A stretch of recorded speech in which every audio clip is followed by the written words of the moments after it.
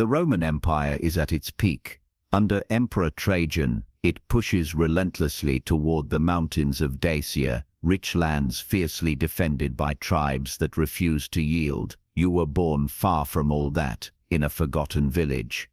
Maybe on Campania's dusty fields, maybe along the damp banks of the Tiber, and today, standing before a Roman recruiting post, you decide to change your fate. The sign reads, Legion Enlistment, authorized by the Senate and people of Rome. Behind it, red standards snap in the wind. Patrolling soldiers march in perfect step, their sandals striking the ground in unison with the rhythm of discipline itself. The sound is sharp, steady, and unrelenting, a reminder that this is not a farmer's life, but that of warriors molded by the will of Rome. Armor gleams beneath the sun, polished so bright it almost blinds. Faces are stern, eyes focused, unyielding. They don't look like farmers, they don't look fragile.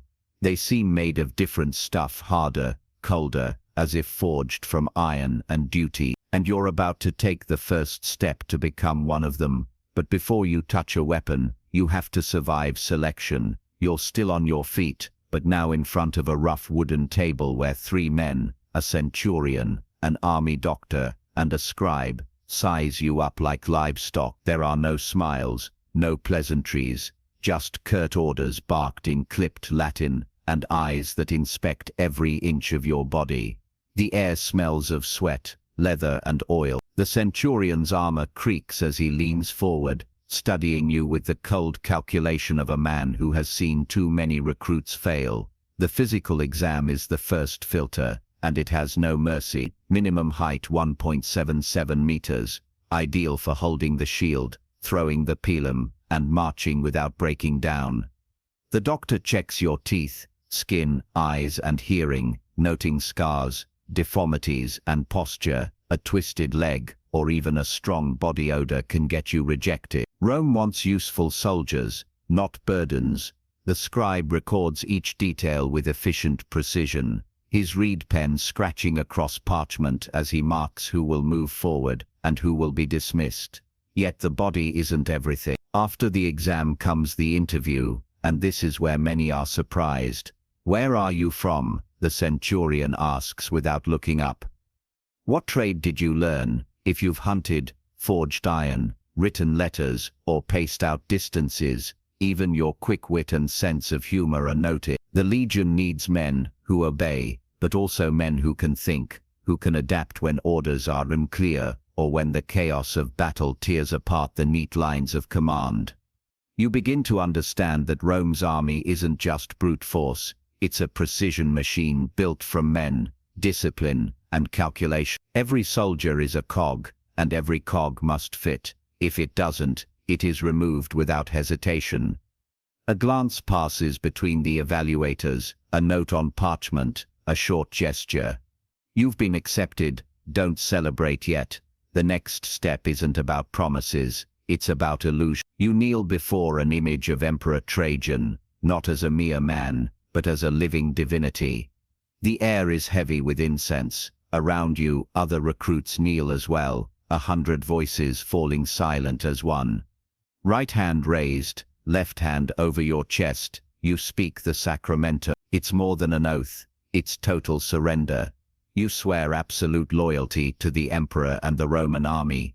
You promise to obey without hesitation, and if necessary, to die without question. From that moment on, disobeying an order isn't just a mistake, it's a sacred crime, perjury, an offense against Rome itself.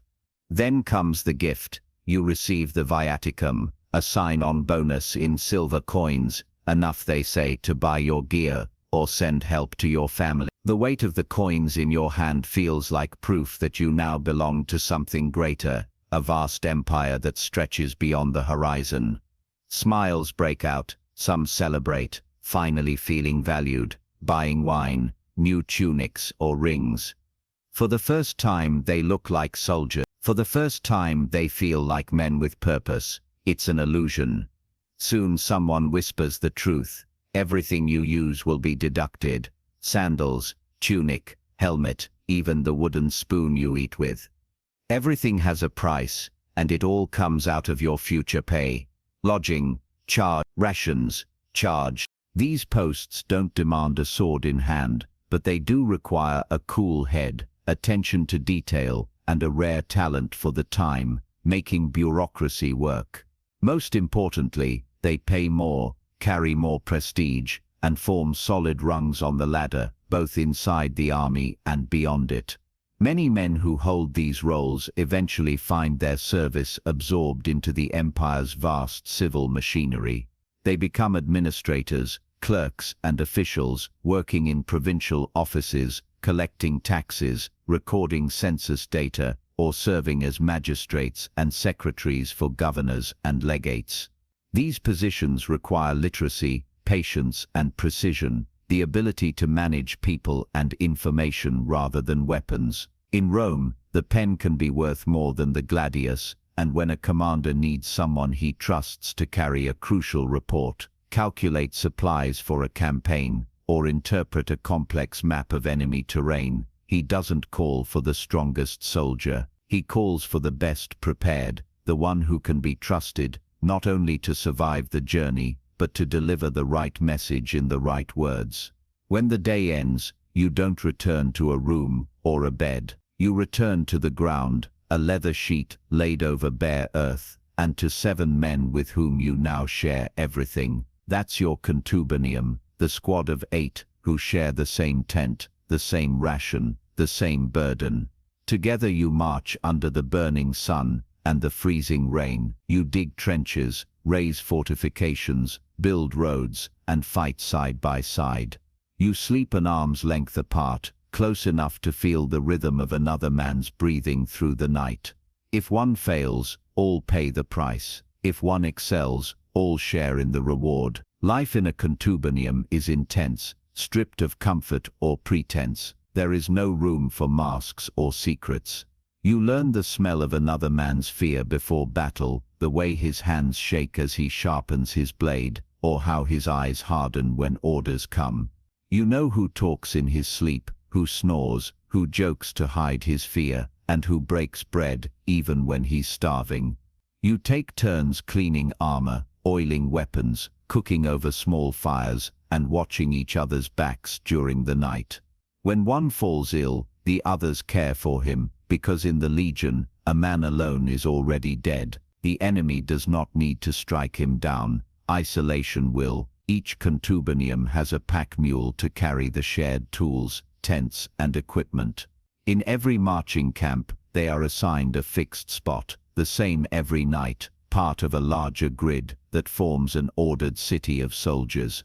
The routine becomes second nature, setting up tents, digging the ditch and rampart, preparing meals, sharpening blades, tending to the mule. Some squads pool a portion of their pay into common funds to help the families of those who die in service.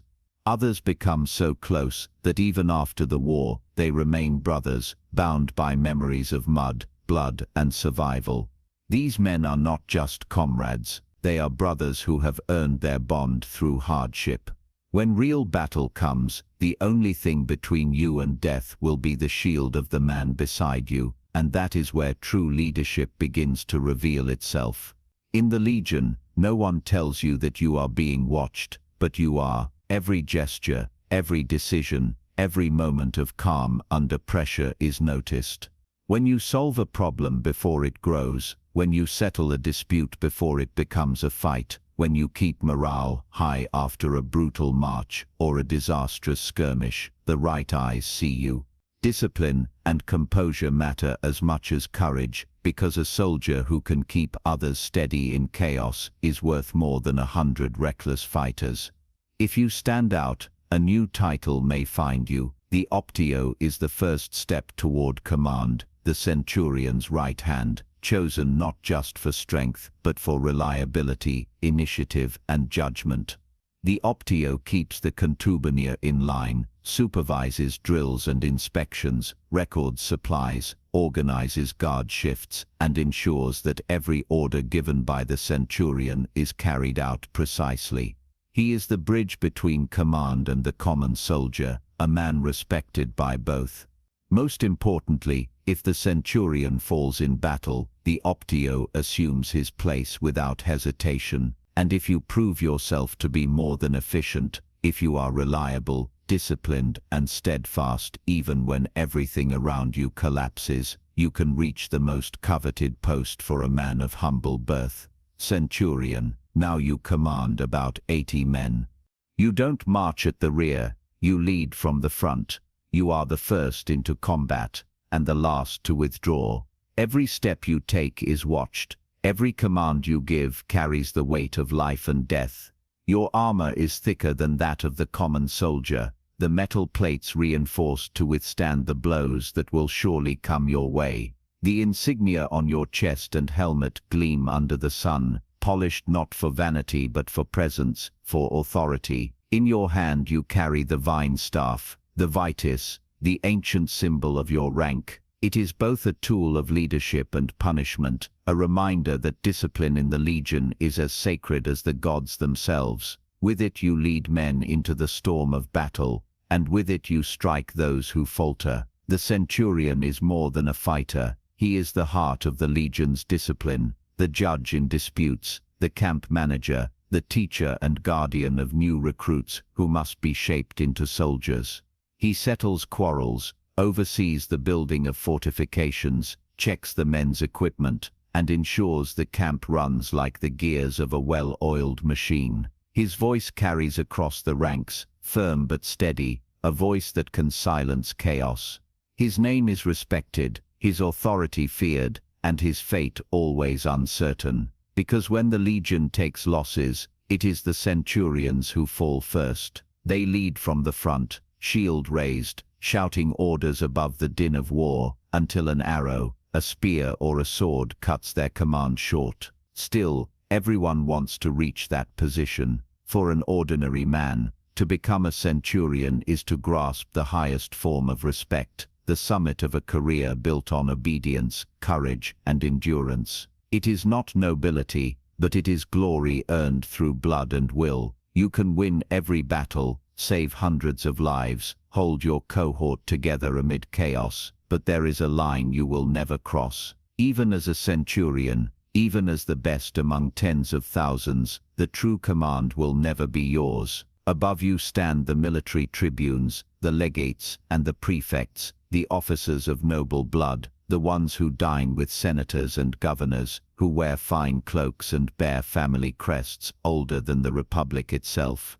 They are young men of the equestrian or senatorial orders, some trained and capable, others pampered and untouchable, handed command not for their skill but for their lineage. They may never have drawn a sword in true battle, yet their word outweighs yours. All have something you do not: noble birth, the invisible key that opens every gate Rome has built. You might, if fortune favors you and your record shines above the rest, become primus pilus, the first spear, the senior and most seasoned centurion of the first cohort. It is the highest point a commoner can reach. At that table, you sit beside the legate, no longer a mere officer of men, but an advisor, offering counsel in war councils, influencing the decisions that shape campaigns. Your name carries weight throughout the camp. Men salute you with genuine respect, and your presence commands silence. You may be rewarded with land in some distant province, with wealth earned from spoils, with public honors that mark your decades of service.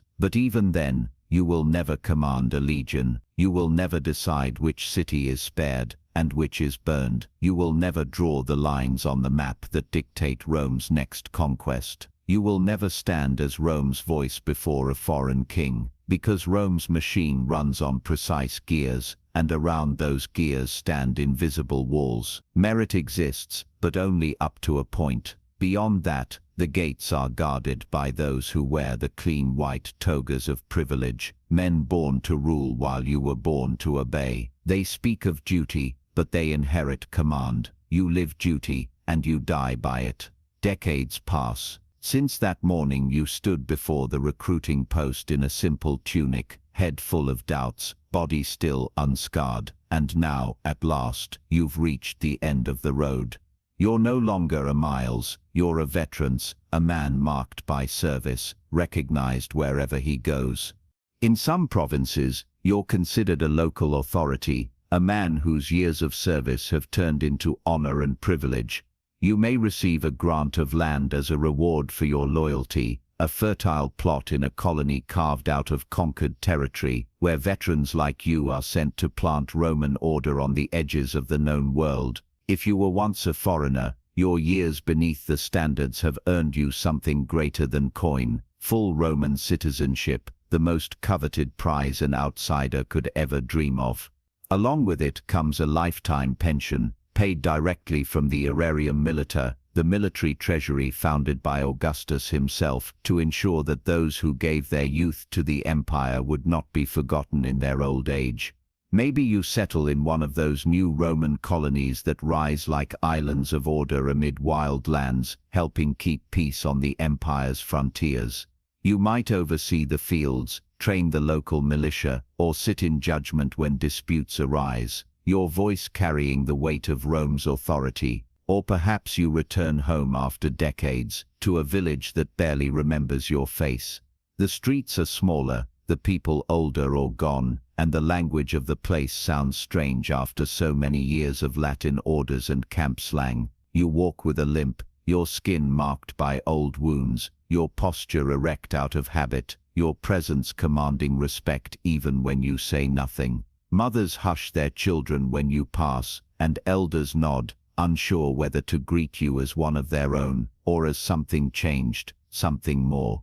And maybe, like many others, you never go back at all. The world beyond the Legion feels too still, too soft. The campfire, the rhythm of the march, the clash of training swords, that was your home. You feel at peace only within the living wall of men you once stood beside, shoulder to shoulder, bound by the oaths you all swore. It was there, amid dust, sweat and discipline, that you belonged. The empire's backbone wasn't made of marble or gold, despite what the monuments in Rome might suggest. It was made of ordinary soldiers, men who marched through storms, built roads and forts with their bare hands, obeyed without hesitation, and bled in lands whose names they could barely pronounce. They were farmers, shepherds, blacksmiths and wanderers, who became the engine of the greatest power the world had ever seen. Their names were rarely carved into stone, but their labor shaped the very world we inherit. But now you know, and if you had lived then, the question would be, would you have had the courage to enlist in a Roman legion? Would you have stood beneath the eagle, taken the oath, and offered years, maybe your life, to the service of Rome? Tell me in the comments, how far do you think you'd last? If this journey impressed you, subscribe so you don't miss the next episodes on real life in ancient Rome, and as always, may Mars guide you in battle.